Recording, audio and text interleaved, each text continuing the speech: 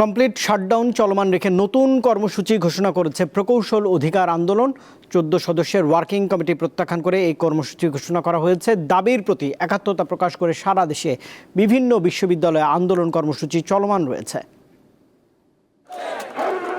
সারাদিন কমপ্লিট শাটডাউনের পর বৃহস্পতিবার সন্ধ্যায় 3 দফা দাবি আদায়ে মৎস্য ভবনের সামনে বিক্ষোভ মিছিল করেন প্রকৌশল বিশ্ববিদ্যালয়ের শিক্ষার্থীরা। এখন এখানে যদি ব্যারিকেড দিয়ে দেয় তো আমরা কার সাথে কথা বলবো? আমাদের তো নেগোসিয়েশন করে যেতে হবে। স্কেলকে ওরা বলে হেক্সা চুরি, আমরা হেক্সা চুরি নিয়ে নাকি ওদের আক্রমণ করেছি।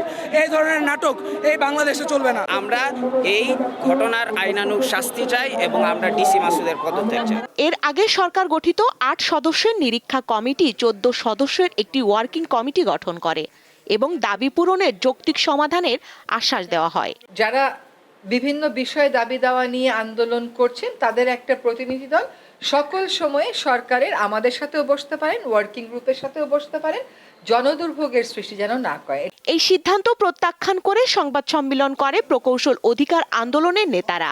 ঘোষণা দেন পরবর্তী কর্মসূচি। কমপ্লিট শাটডাউনটা ক্যাম্পাসে, এটা আমরা বড় করছি। আমরা সারা দেশে বিভাগীয় প্রকৌশলী সমাবেশ সম্পন্ন করব। ফাইনালি এই সপ্তাহের পরে নেক্সট সপ্তাহে আমাদের এই যে জাতীয় সমাবেশ সম্পন্ন হবে। আন্দোলনে একাত্মতা প্রকাশ করে সারা দেশে বিভিন্ন প্রকৌশল বিশ্ববিদ্যালয়ের শিক্ষার্থীরা দিনব্যাপী বিক্ষোভ করে।